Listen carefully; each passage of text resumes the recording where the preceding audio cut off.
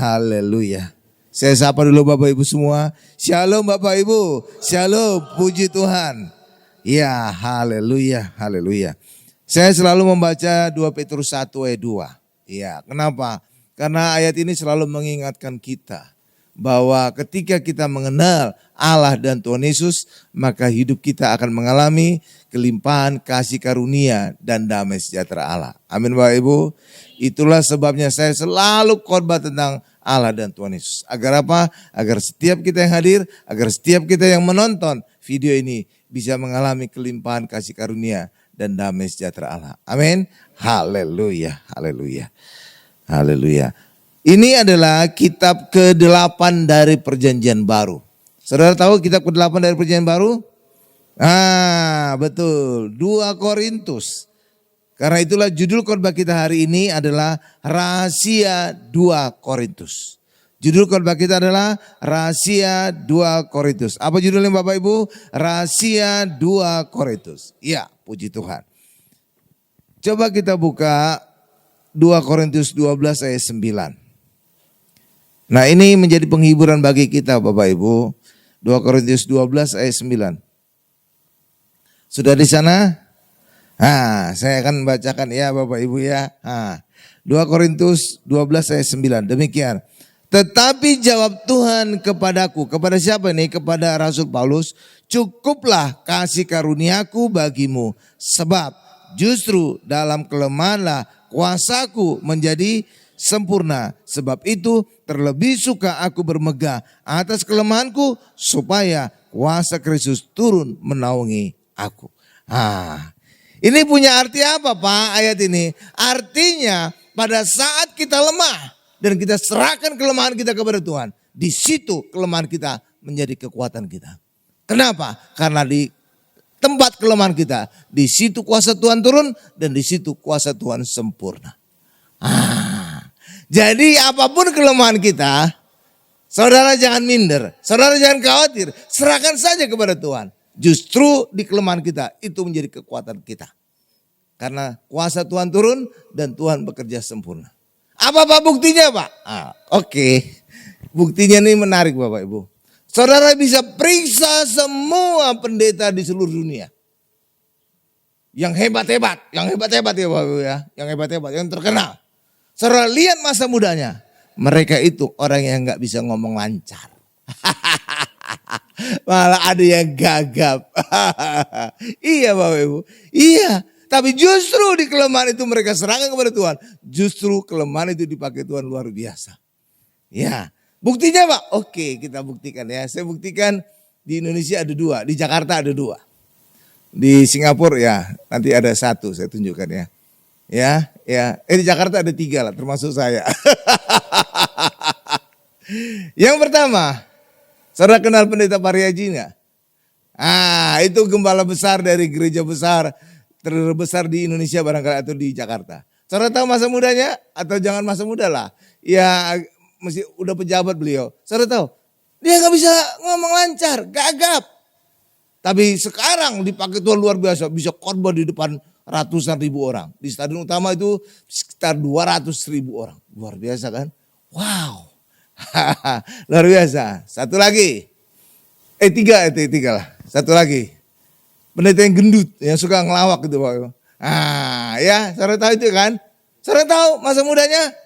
Yang inisial G. Saudara tahu masa mudanya? Sampai SMA nggak bisa ngomong lancar.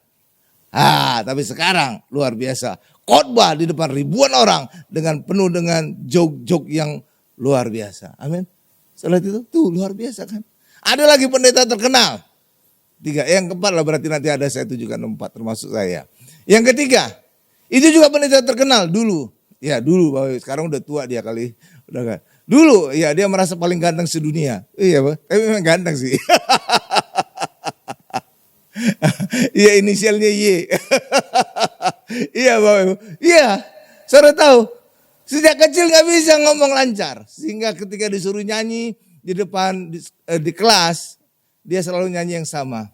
Kuku kukuruyu, begitulah bunyinya. Kakinya bertanduk, hewan apa namanya? Ayam. Selalu itu, sehingga apa? Ketika lagi dia berjalan ke depan sebelum ya saat disuruh gurunya langsung udah nyanyi. Kuku. Nah, itu contoh di Indonesia, termasuk juga saya. Saudara jangan berpikir saya itu lancar ngomong, enggak Bapak Ibu, enggak. Makanya saya selalu menghindari kalau ada perdebatan. Karena saya nggak bisa ngomong lancar. Iya Bapak Ibu, nggak bisa ngomong lancar. Tapi puji Tuhan saya sudah khotbah di depan ribuan orang. Amin Bapak Ibu. Ya di gereja saya yang lama di depan ribuan orang. 2.000 orang atau lebih gitu Bapak Ibu ya. Ya Bapak Ibu. Ya termasuk juga adik saya. Itu lebih parah lagi. Bukan hanya gak lancar ngomong, gagap lagi. Tapi nyatanya dipakai Tuhan menjadi pendeta. Oke, sama-sama saya di gereja yang lama. Amin Bapak Ibu. Luar biasa kan? Nah itu dia. Sekarang di luar negeri. Joseph Prince di Singapura. Itu termasuk pendeta besar di Singapura.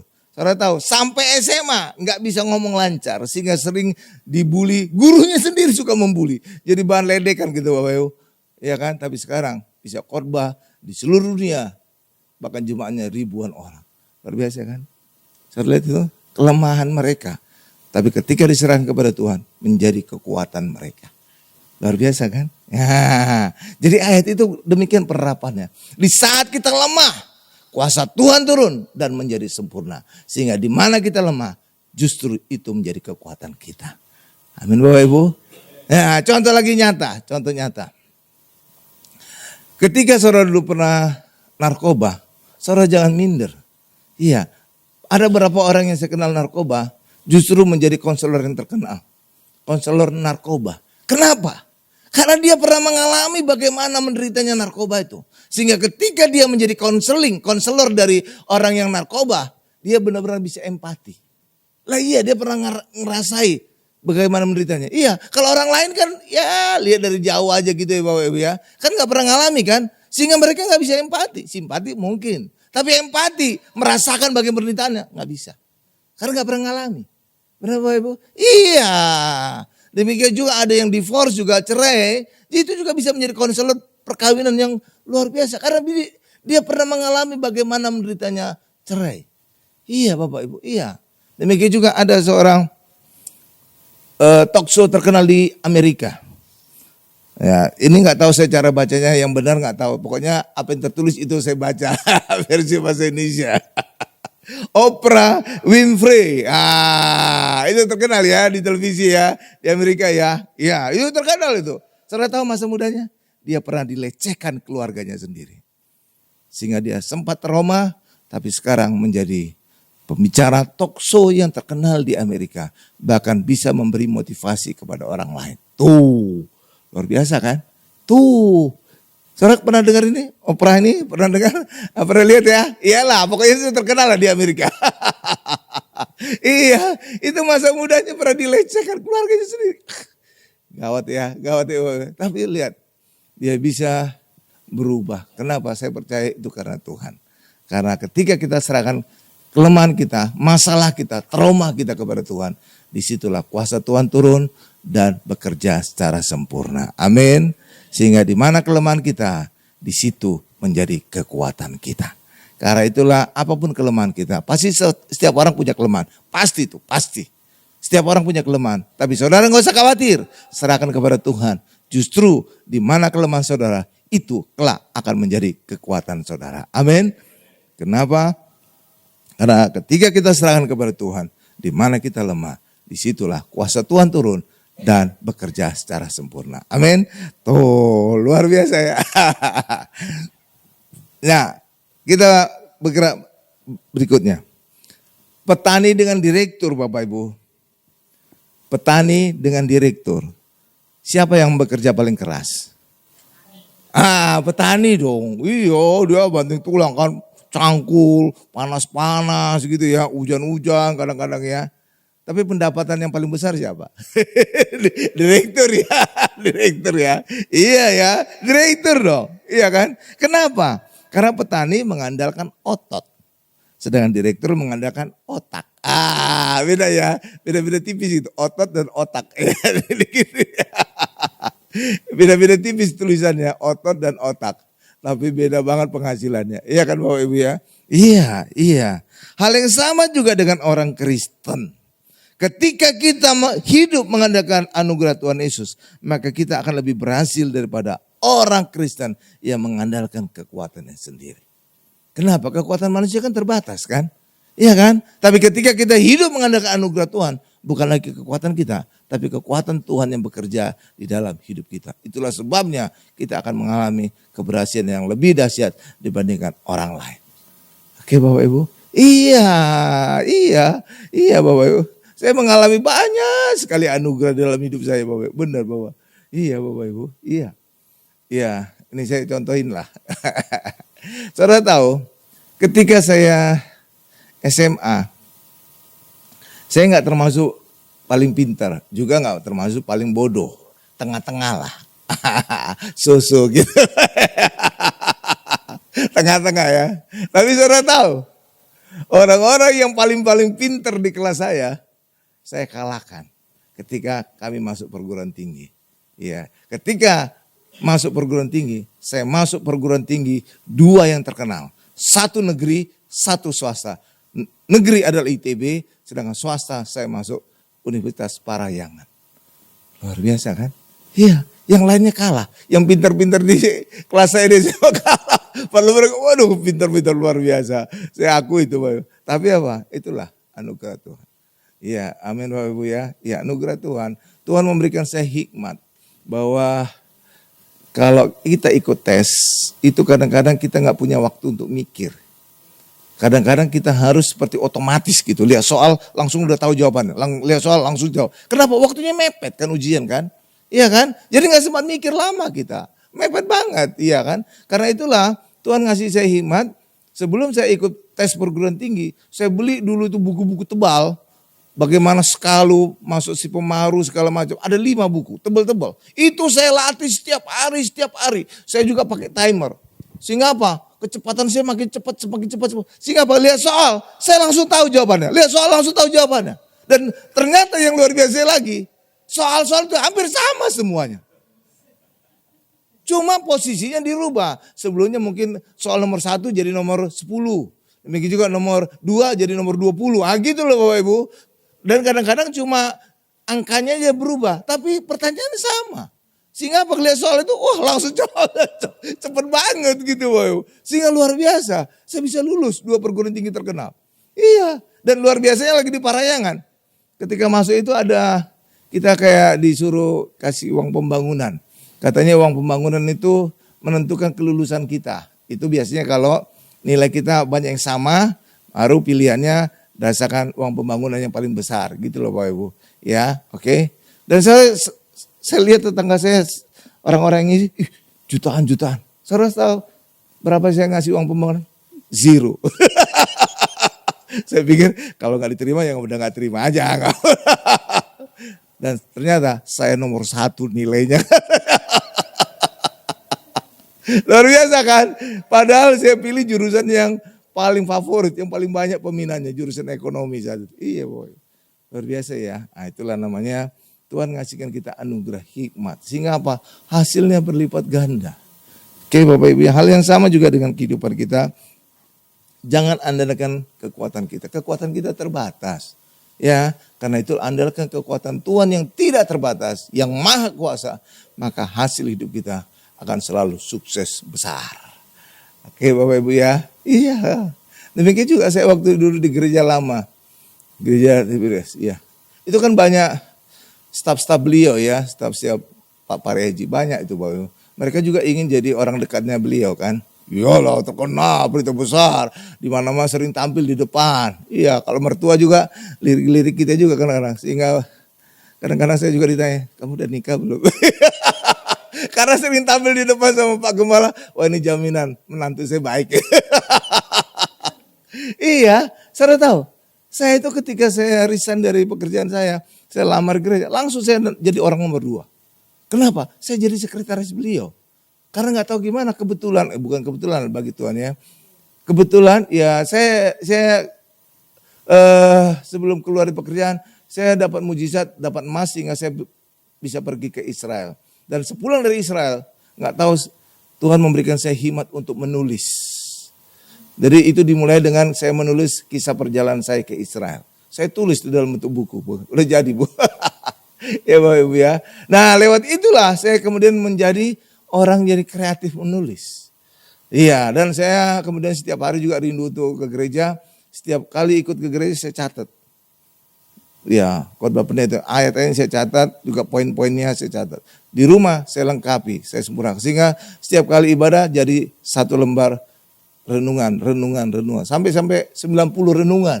Dan itu bisa menjadi 3 bulan renungan harian. Itulah saya bawa ke Pak Gembala itu. Dan saya ditolak, saya nggak diterima renungan rencana. Kenapa? Karena di situ rupanya sudah ada renungan. Itu renungan dari Pak Gilbert. Sehingga saya ditolak renungan rencana saya.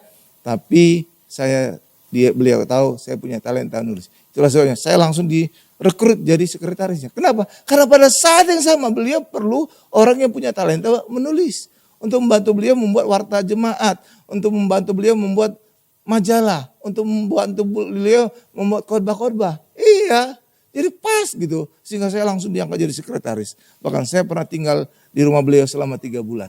Tahun 2005. Iya kan Bapak Ibu? Iya luar biasa kan? Tuh. Jadi gitu Bapak Ibu, luar biasa kan? Iya, jadi anugerah Tuhan luar biasa sekali. Jadi bisa 3 bulan saya. Jadi saat itu banjir besar di Jakarta 2005. Di mana-mana banjir. Iya Bapak Ibu. Tapi saya di mana? Di gunung, di Sentul. Jadi sebelum Pak Prabowo terkenal di Hambalang gitu, saya sudah tinggal di situ 3 bulan. Wah luar biasa. Dulu lebih keren lagi, lebih elit lagi tempatnya, lebih keren. Iya, sekarang agak turun dikit. Ya, oke. Nah, jadi karena itulah orang Kristen harus mengandalkan anugerah Tuhan. Dan itu juga terjadi pada masa Tuhan Yesus. Imam-imam, ahli Taurat, Farisi udah melayani orang Israel itu ratusan tahun. Benar Bapak Ibu ya? Mungkin ribuan kali ya. Tapi ketika Yesus pelayanan hanya 3,5 tahun. Yesus bisa mengalahkan popularitas ahli Taurat, Farisi dan imamnya. Iya, kenapa? Karena Alkitab mencatat pelayanan Yesus penuh kuasa dan mujizat. Amin Bapak Ibu. Iya. Yang lainnya kan gak ada kuasa kan? Iya. Demikian juga itulah gereja saya yang lama itu. Saudara tahu umur 10 tahun itu bagi gereja itu relatif masih muda lah. Dia sudah bisa melakukan ibadah Natal pertama kali di Stadion Utama Senayan. Pertama kali. Saudara, 10 tahun umur gereja udah bisa ibadah Natal di Stadion Utama. Sampai sekarang baru gereja itu yang bisa merayakan perayaan Natal di sana. Iya, bertahun-tahun berturut-turut. Gereja lain enggak. Jadi apa? Luar biasa itu. Kenapa? Karena mendemonstrasikan kuasa mujizat Tuhan. Amin Bapak Ibu. Makanya juga gereja kita ini walaupun masih muda baru 1 tahun Bapak Ibu. Saya percaya Tuhan mengurapi gereja ini. Karena sudah banyak terjadi mujizat kan. Mujizat itu menarik banyak orang datang. Iya. Kenapa? Karena hidup manusia itu perlu mujizat. Karena banyak penyakit gak bisa disembuhkan. Iya banyak resesi ekonomi juga susah kayaknya dipulihkan. Tapi ketika kita percaya pada Tuhan Yesus, pemulihan itu bisa terjadi. Kesembuhan itu bisa terjadi. Amin Bapak Ibu. Iya kan? Itu kan orang bisa melihat. Oh iya, luar biasa itu. Sehingga mereka bisa datang. Oke, Bapak Ibu ya, luar biasa ya. Nah, hal yang sama juga pada saat Petrus akan diberkati banyak ikan. Apa dia katakan kepada Tuhan Yesus? Telah semalam-malaman kami berusaha menangkap ikan, tapi kami tidak mendapatkan apa-apa. Itu kata Petrus. Tapi Tuhan Yesus berkata, tebarkan jalamu. Dan seketika itu juga dia mendapatkan banyak ikan. Sehingga jalannya mulai koyak dan perahunya hampir tenggelam. Karena banyaknya ikan. Setelah itu hanya dengan satu perintah Yesus. Bisa diberkati luar biasa. Walaupun mereka semalaman telah berusaha menangkap ikan. Tidak dapat apa-apa. Padahal apa? Itu nelayan profesional itu Petrus itu. Iya, dia kecil dia sudah jadi nelayan. Tapi hasilnya nol ya. Iya kan dapat apa-apa. Tapi ketika mendengarkan perintah Yesus. Satu perintah saya, tebarkan jalamu. Langsung dia mendapatkan banyak ikan. Hal yang sama juga dengan kehidupan kita. Saudara jangan mengandalkan kepintaran saudara. Iya, saudara jangan mengandalkan relasi saudara, networking saudara. Saudara jangan mengandalkan banyak hal di dalam diri kita. Saudara pasti gagal. Kenapa? dunia ini terlalu besar bagi kita. Karena itu andalkan Tuhan yang bisa mengatasi segalanya, maka kita akan keluar sebagai pemenang. Amin Bapak Ibu. Iya, orang dunia juga banyak pintar-pintar. Iya, kalau kita nggak pintar kita kalah kita. Mereka juga banyak yang pintar, banyak lebih rajin dari kita. Iya kan Bapak Ibu ya? Iya, saya juga sadar. Banyak orang yang lebih rajin dari saya. Iya kan, benar Bapak Ibu. Makanya iya, kadang-kadang juga saya datang telat gitu. Kadang-kadang saya tidur itu agak-agak malam gitu Bapak Ibu. Iya. Iya, kalau orang biasanya jam 10-an udah tidur. Kadang-kadang saya jam 3, jam 2, jam 4 belum tidur. Iya Bapak Ibu, tapi itulah luar biasa ya. Iya Bapak Ibu ya, iya oke. Karena itulah jangan mengandalkan kekuatan kita. Makanya Tuhan Yesus pernah berkata kepada murid-murid demikian.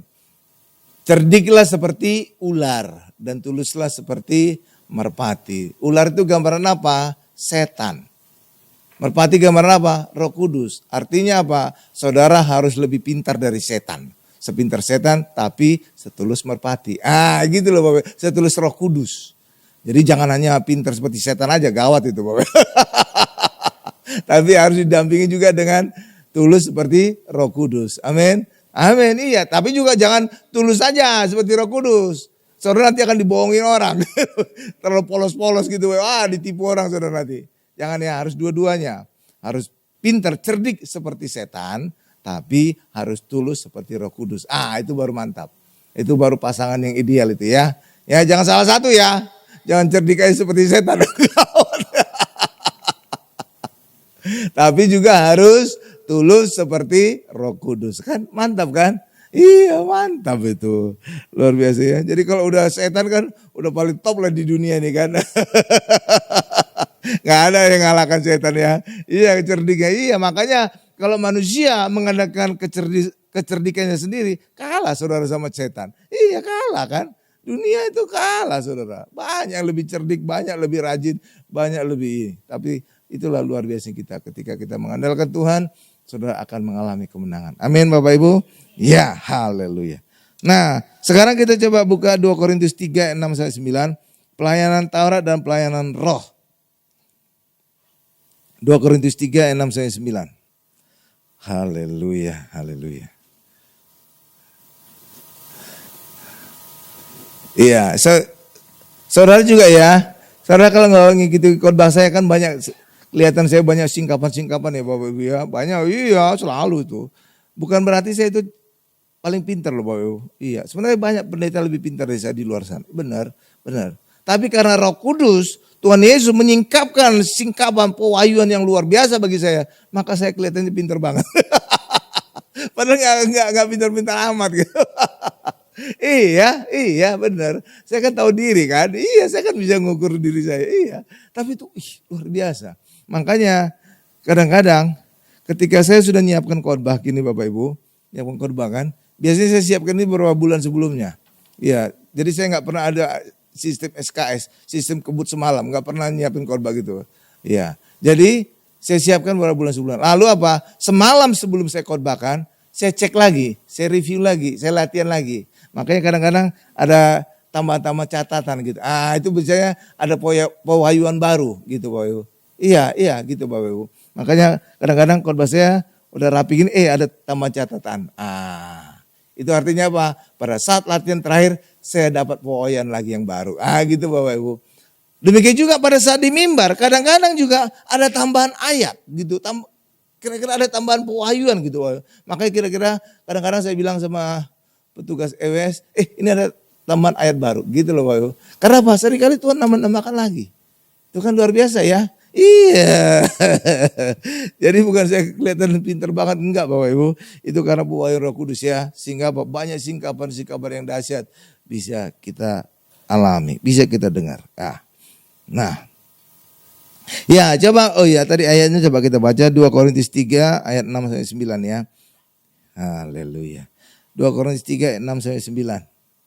Saya bacakan. Ialah membuat kami juga sanggup. Ialah itu siapa? Tuhan Allah. Membuat kami juga sanggup menjadi pelayan-pelayan dari suatu perjanjian baru. Yang tidak terdiri dari hukum yang tertulis. tetapi dari roh. Sebab hukum yang tertulis mematikan, tetapi roh menghidupkan. Hukum yang tertulis itu apa? Itulah hukum Taurat.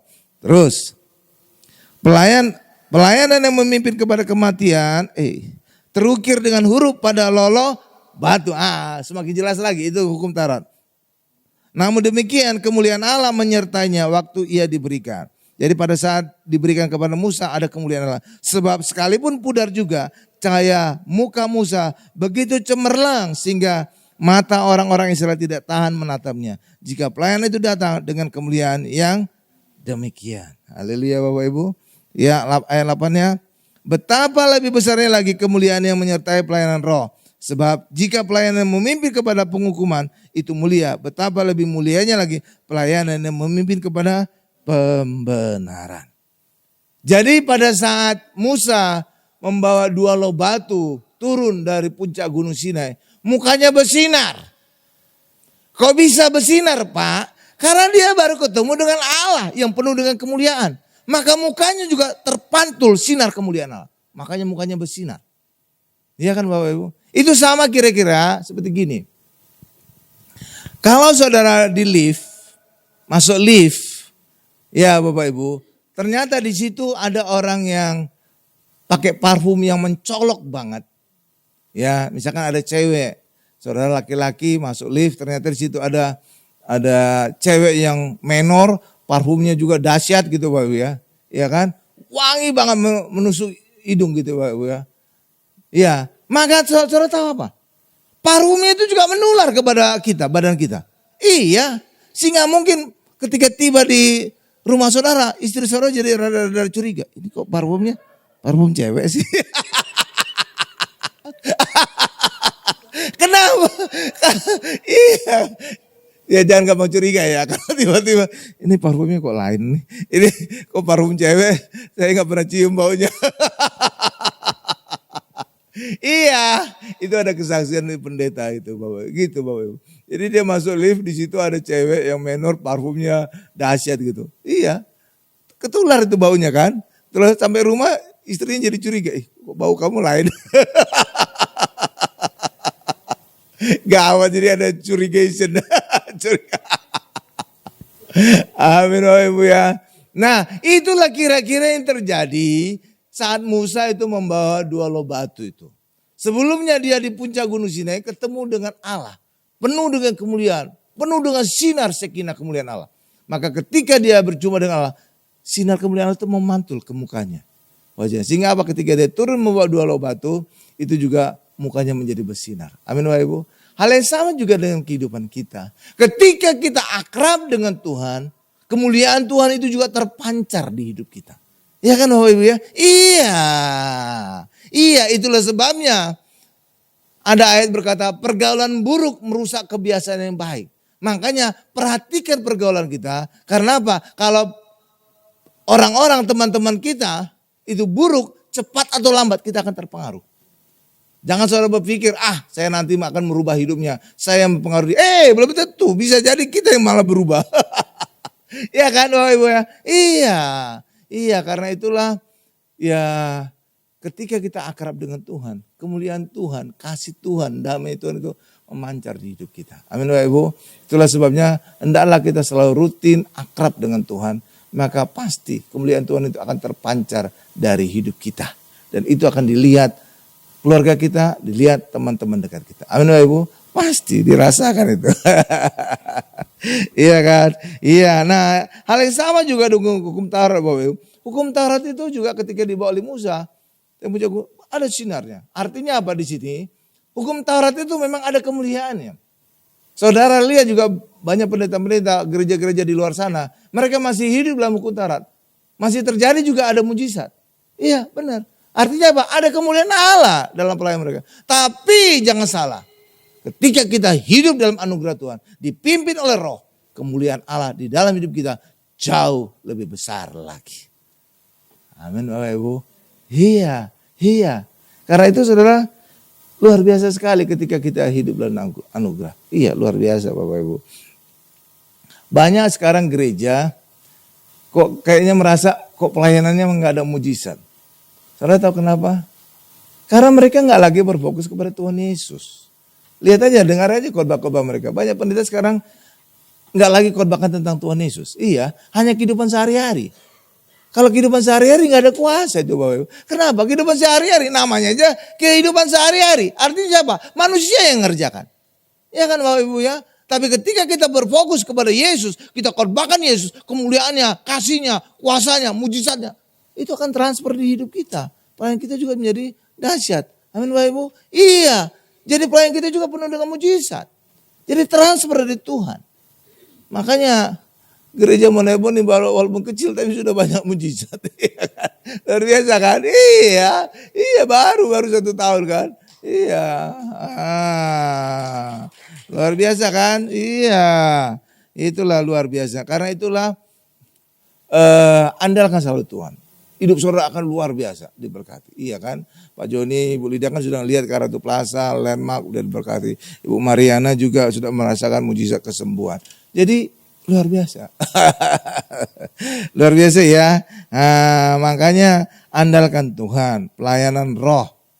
Ya, ketika hidup kita pelayanan roh dipimpin oleh roh Bapak Ibu, maka otomatis kita menghasilkan buah roh. Ada kasih, kesabaran, dan pengendalian diri dan segala macam Bapak Ibu ya. Kok bisa Pak ada buah roh? Iya, ketika kita dipimpin oleh roh, kita jadi bersama-sama dengan roh, kita pasti menghasilkan buah roh. Sama seperti suami istri, ketika mereka bersatu akan melahirkan anak.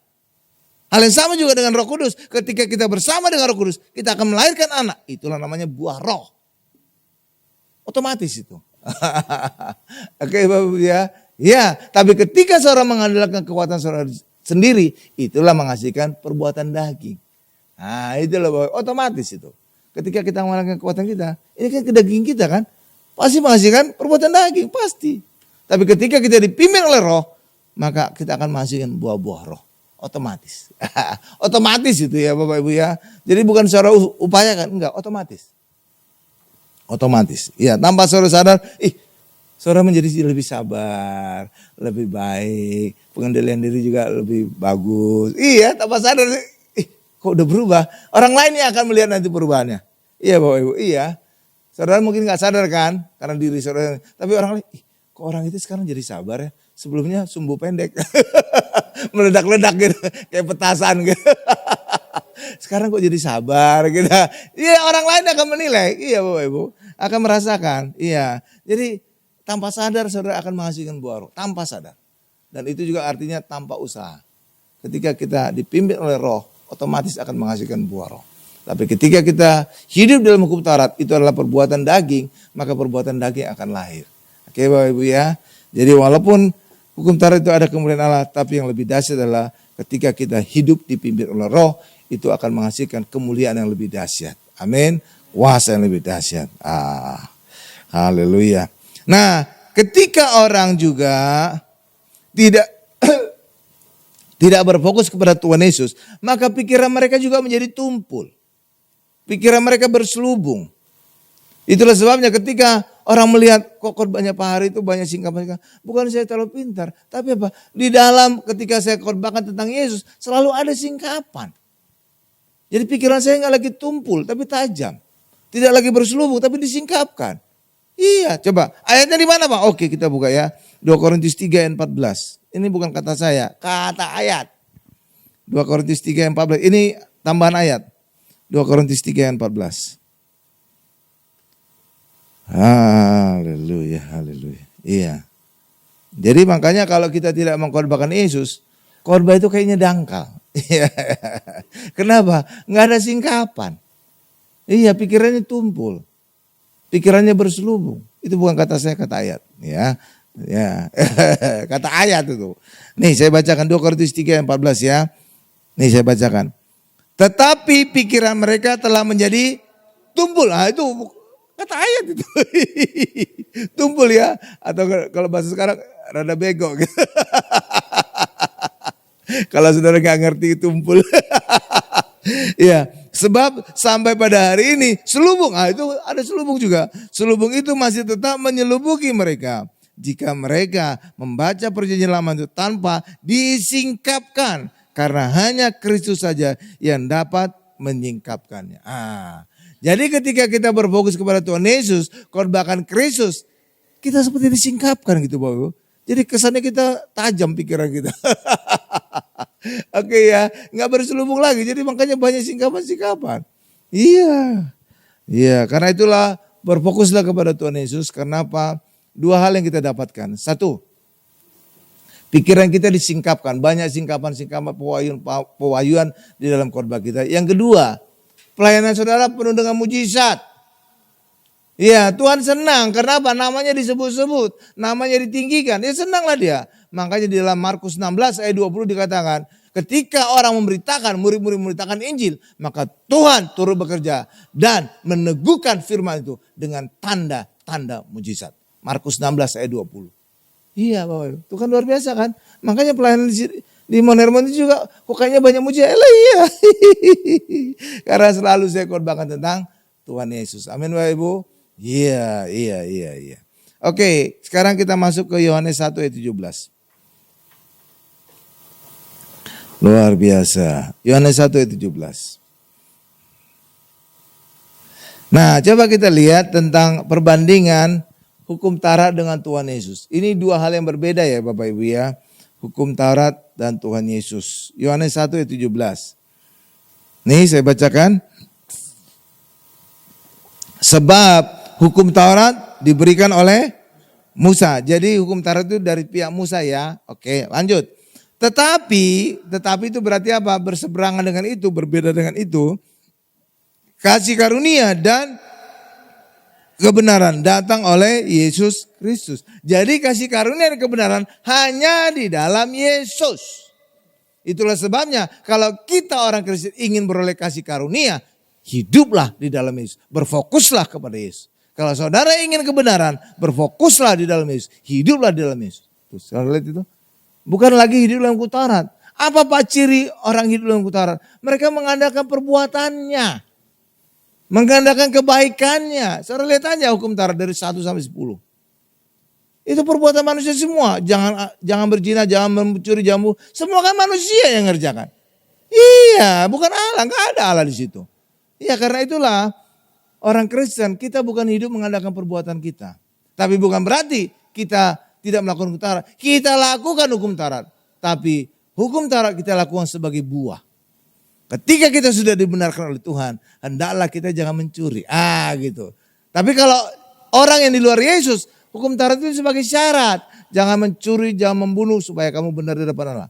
Kita enggak gitu. Karena kita sudah benar, maka hendaklah jangan mencuri. Ya, syarat itu. Jadi orang Kristen tetap melakukan hukum Taurat, tetapi sebagai buah, bukan sebagai syarat. Saudara bedanya?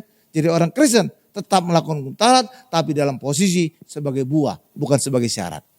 Saudara bisa lihat bedanya? Karena apa? Di luar Yesus, mereka harus melakukan hukum Taurat sebagai syarat agar mereka menjadi benar. Tapi nyatanya selalu gagal, karena hukum Taurat itu sempurna, manusia tidak sempurna. Amin. Jadi hanya di dalam Yesuslah kita beroleh kasih karunia dan kebenaran Allah. Oke. Haleluya. Sebaliknya ketika orang hidup dalam hukum Taurat, kita tidak pernah benar di hadapan Allah. Kenapa? Manusia itu selalu gagal. Coba lihat Galatia 3 ayat 11. Haleluya. Sudah Galatia 3 ayat 11? Nih saya bacakan.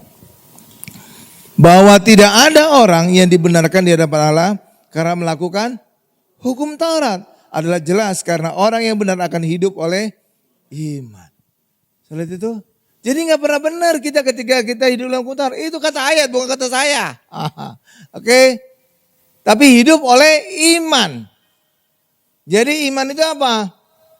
Itu adalah ketika kita mengandalkan perbuatan Yesus. Ketika kita mengandalkan Yesus, disitulah kita benar.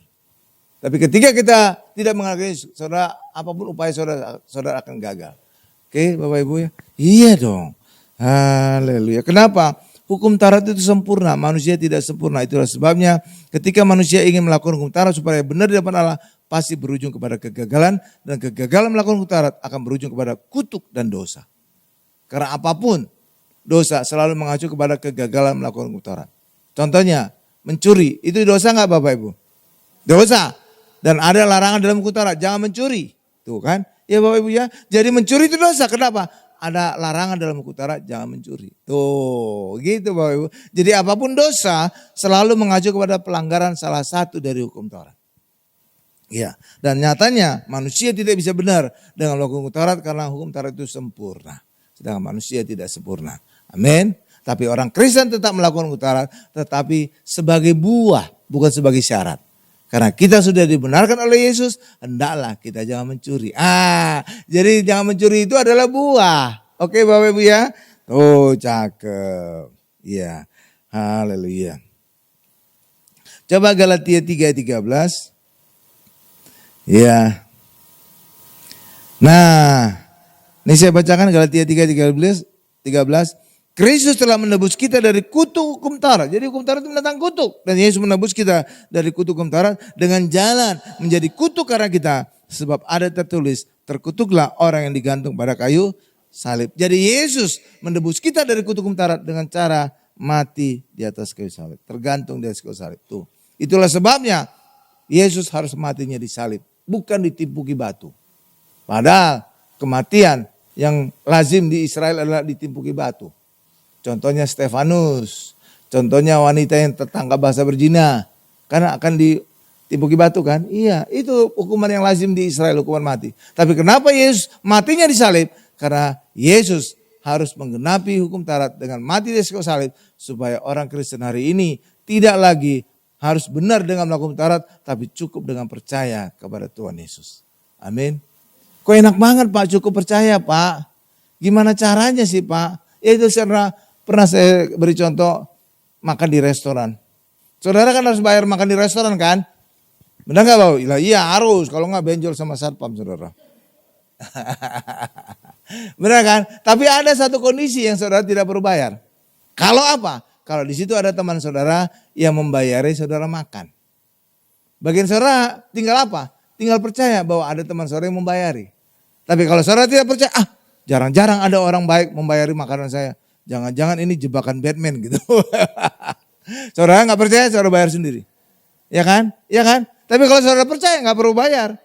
Oke, terima kasih. Langsung keluar nggak apa-apa. Oke. Hal yang sama juga dengan Yesus. Yesus telah membayari hukum Taurat dengan kematiannya di atas kayu salib. Sehingga bagian kita hari ini percaya akan penembusan Yesus. Maka kita bebas dari tuntutan melakukan Taurat untuk menjadi benar di hadapan Allah. Cukup percaya kepada Yesus.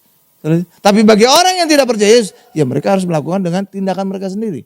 Perbuatan mereka sendiri. Lihat perbandingannya. Nah itu, kayak tadi traktir makan. Saudara gak perlu bayar karena ada orang yang teman yang membayar saudara. Cukup percaya. Enak kan? Hal yang sama juga dengan kekristenan. Yesus telah membayar. Udah lunas. Yesus kayu salib. Bagian kita percaya. Maka sudah beres. Tuh kan enak. Tapi kalau orang yang di luar sana yang tidak percaya. Mereka benar harus melakukan dengan perbuatan mereka. Lihat itu. Lihat. Itu orang Kristen itu pinter. Tahu yang enak. Oke Ibu ya. Jangan lihat itu perbandingannya.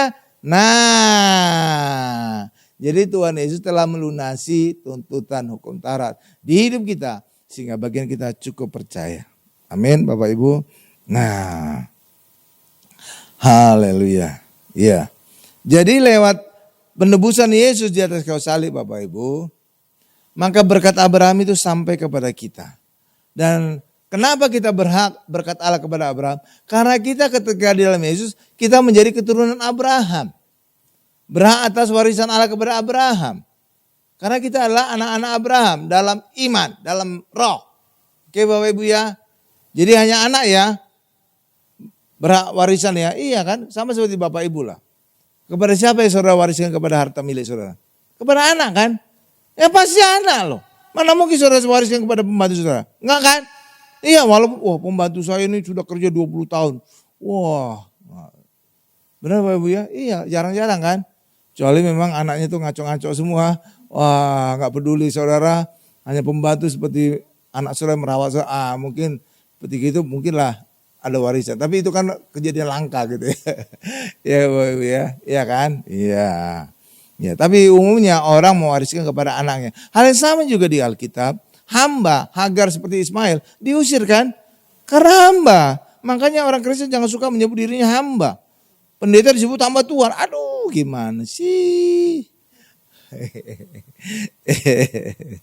Iya.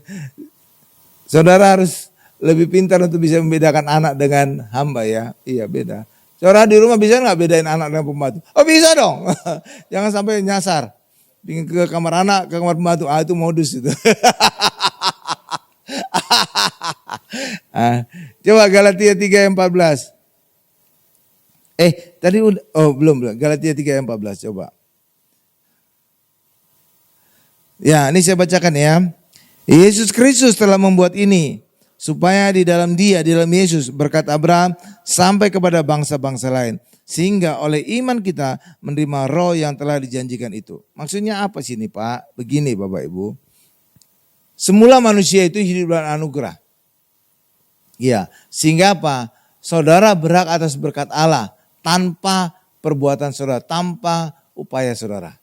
Tetapi di puncak gunung Sinai, bangsa Israel merubah anugerah itu menjadi hidup dalam hukum Taurat. Dan hidup dalam hukum Taurat syaratnya adalah saudara harus melakukan hukum Taurat agar diberkati.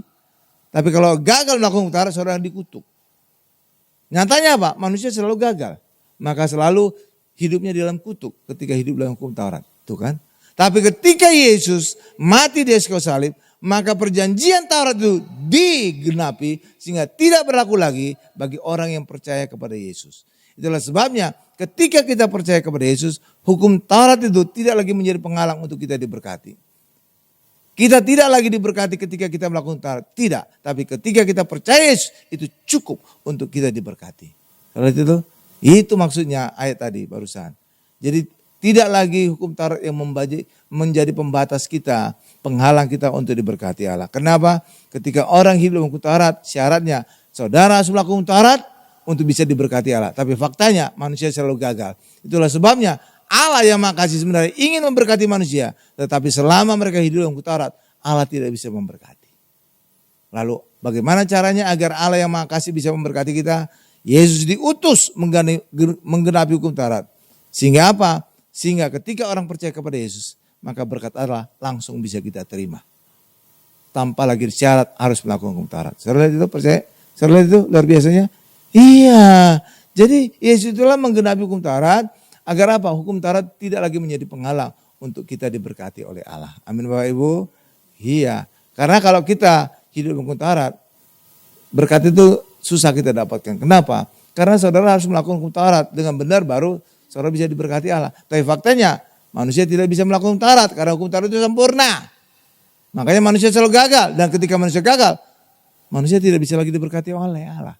Lalu itu, tapi ketika Yesus telah menggenapi hukum Taurat, maka di dalam Yesus yang percaya kepada Yesus langsung bisa diberkati oleh Allah. Kenapa? Karena hukum Taurat tidak berlaku lagi sebab sudah digenapi oleh Tuhan Yesus. Paham saudara logikanya itu? Luar biasa ya. Luar biasa. Haleluya, haleluya. Sama seperti ginilah kira-kira. Saudara harus bekerja supaya dapatkan gaji. Benar nggak Bapak Ibu? Supaya saya dapatkan penghasilan, supaya saudara bisa makan. Ya kan, kalau di luar sana kan saudara harus bekerja dulu dong supaya dapat gaji agar saudara bisa makan kan.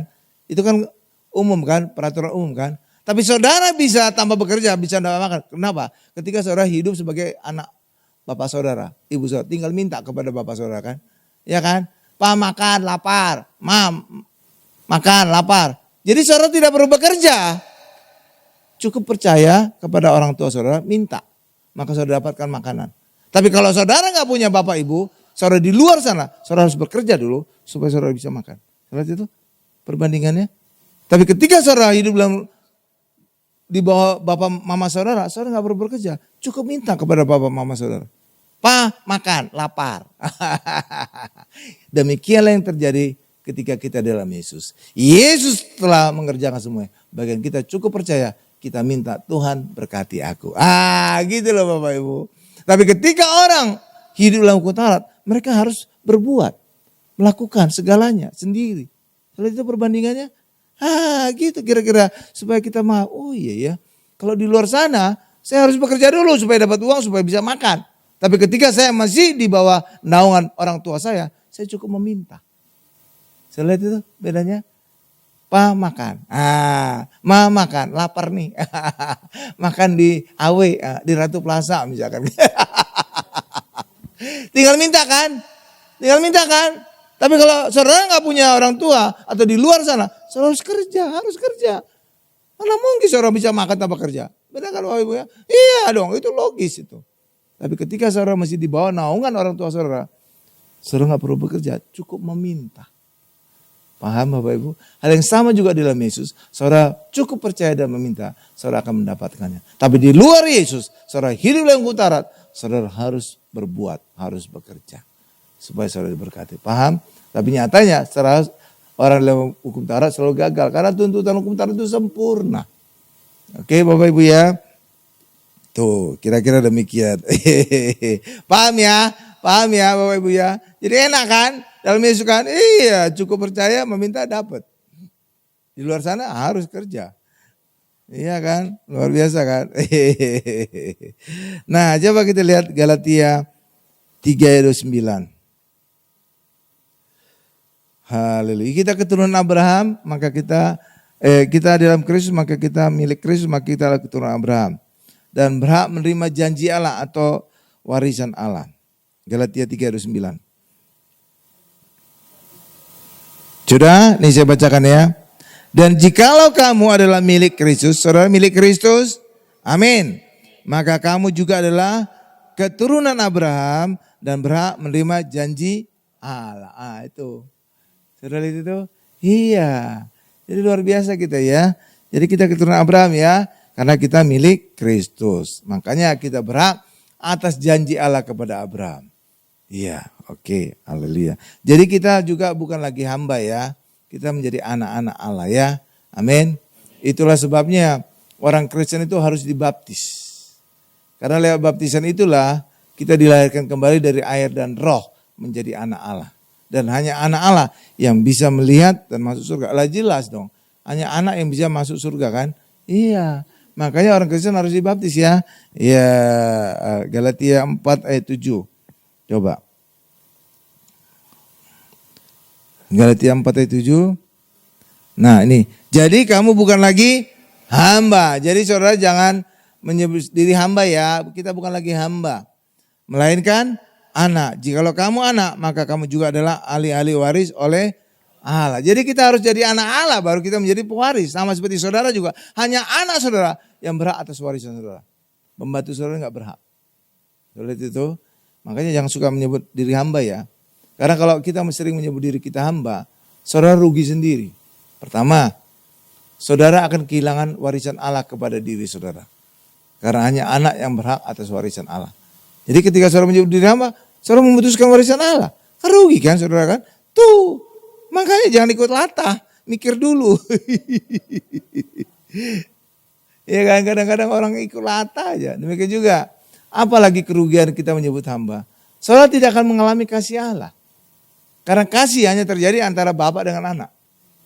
Hanya bapak dan anak. Kalau hamba enggak mungkin kasih. Sama seperti di rumah lah, saya sering ngasih contoh nih. Putri saudara bisa melompat ke pangkuan saudara peluk, saudara cium. Biasa itu anak, putri sayang kepada bapaknya, bapak sayang kepada putrinya. Benar? Tapi jangan sampai pembantu perempuan loncat ke pangkuan saudara. Itu skandal namanya. Skandal namanya. Benar Bapak Ibu? Saudara itu bedanya? Iya, hal yang sama juga dengan kita. Ketika kita menyebut hamba, saudara nggak bisa berhubungan kasih dengan Allah. Saudara itu? Iya, jadi saudara rugi sendiri. Saudara hanya hubungan tuntutan Allah kepada diri saudara. Kan gawat kan? Makanya jangan latah menyebut diri hamba. Itu fatal itu. Kesannya sepele tapi fatal. Jadi memutuskan warisan Allah kepada diri saudara kalau menyebut hamba ya. Demikian juga memutuskan kasih Allah kepada diri saudara. Kan fatal kan? Makanya jangan suka menyebut diri hamba ya. Amin Bapak Ibu. Nah, saya simpulkan khotbah ini. Hukum Taurat membuat orang Kristen terkutuk. Tetapi hidup dalam Tuhan Yesus kita berkemenangan dan lebih dari pemenang. Amin Bapak Ibu. Haleluya. Kita tundukkan kepala kita.